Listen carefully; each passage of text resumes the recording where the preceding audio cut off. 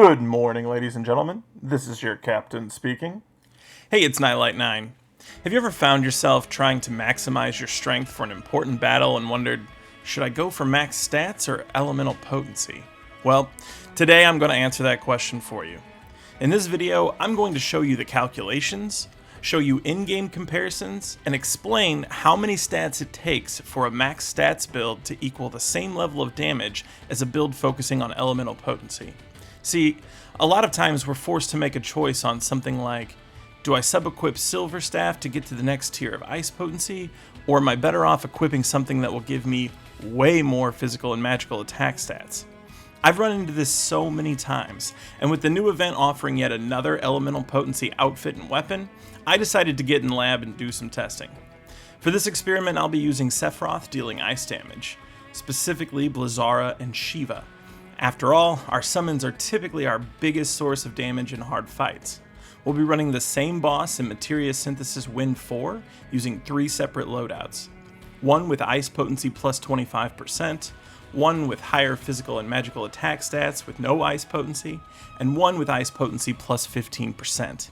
And for the record, I copy and pasted the loadout for all 3. The only things I changed were secondary and sub-weapons on Sephiroth in order to change the stats and Ice Potency. Starting off with Blizzara, we'll be looking only at the magic attack stat, and we can see that our stats build did 1,527 ice damage with our Blizzara cast on 2,066 total magic attack.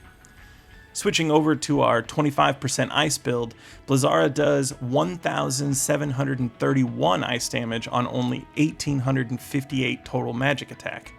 So, with these two examples, the short answer is that ice potency is better than stats.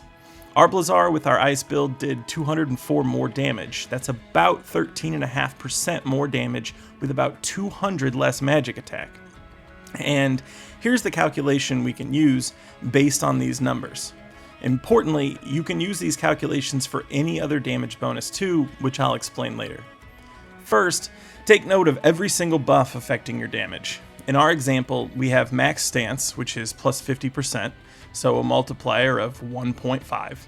Next, we have the skill Blizzara, which the info text tells us is 287% for a multiplier of 2.87. Then we have two 10% ability multipliers from weapon slot abilities for a total multiplier of 1.2. And last, we have our 25% Ice Potency R ability for a multiplier of 1.25. Next, we'll use each of these multipliers in reverse to deconstruct the final damage number to find out how our stats affect our damage. To do this in reverse, we simply divide instead of multiply. So starting from the left, we have 1,731 damage. We divide by our stance, which is 1.5. We divide by Blizzara, which is 2.87. Then by ability bonus, which is 1.2. Then by ice potency, which is 1.25. And if we carry our damage number through each of these, we can see how it gets smaller and smaller. Then we take our final damage number and divide it by our magic attack stat to get 0.14427. We move the decimal 2 places to convert into a percentage and get 14.42%, which tells us roughly that the game calculates Sephiroth's magic damage by starting with 14.42% of his magic attack stat and then starts adding in every bonus until it gets through them all. I did this same calculation working backwards for the stats build, just skipping the 1.25 multiplier for ice potency, and based on our test of 1,527 damage, it worked out to 14.3%. Obviously, it wasn't exactly the same final percentage, but it gives us a pretty solid idea. In fact, I did the math for you, and I can tell you that in this example, our stats build would need to have a magic attack stat of around 2,325 to do the same damage as our 25% ice build. So instead of 200 more magic attack, it would need 467 more magic attack to do equal damage. Now, for the upcoming test with Shiva, the calculation will be mostly the same with 2 minor changes. First, we will change our multiplier from 2.87 that we use for Blizzara to 17.66 because Diamond Dust 3 that I'll be using does 1,766% damage. And second, we'll be using both magical and physical attack stats at the end to find out what percentage is used. So now we move on to the most important damage in our tests, Shiva. In this example with our stats build, we can see that Shiva did 5,547 damage, with a total magic plus physical attack stat of 4,161.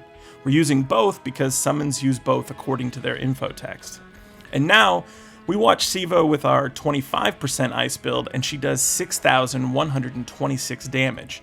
That's an increase of 579 damage with 477 less total attack stats. And again, running the math tells us that our stats build would need total magic and physical attack stats of 4,625 to equal the Shiva damage of our 25% ice build. That means the stats build would have to have a combined total of roughly 941 more stats just to do the same amount of damage. Again, from these numbers, I constructed a calculation for the damage, which I mentioned earlier, and if we plug the numbers of the same ice build, but with only a plus 15% ice potency, we would still come out with Shiva damage of around 5,611, meaning that even a 15% ice build would do slightly more damage than our stats build, even with nearly 500 less total attack stats. And when I say total attack, I mean physical and magical.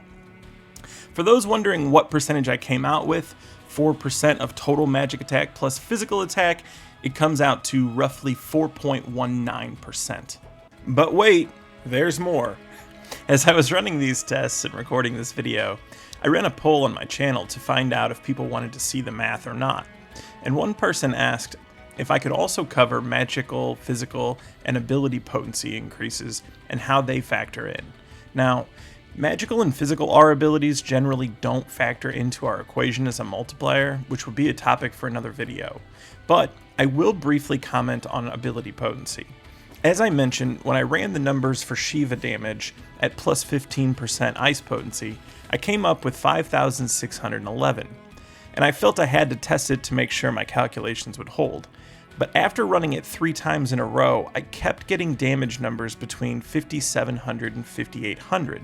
So I went back and looked at the ice potency sub-weapon I replaced, and noticed that the weapon I chose gave a tier 1 R ability towards boost ability potency, which translates to plus 3% ability damage. If we take 5611 and multiply it by 1.03, we get 5,779, which is right in the sweet spot I was hitting. So for ability potency, it's just another number to plug into your calculation. So, with this information in mind, the answer is clear. Unless you would be sacrificing a significant amount of stats, if you're going for maximum damage, it is almost always better to build for elemental potency than for the highest possible attack stats. With all that said, I'm always brainstorming and researching ways to maximize everything in this game to get the absolute most out of my teams to clear harder and harder content. So, if you found this video helpful, subscribe to my channel so that you don't miss any of these guides in the future. Thanks for watching.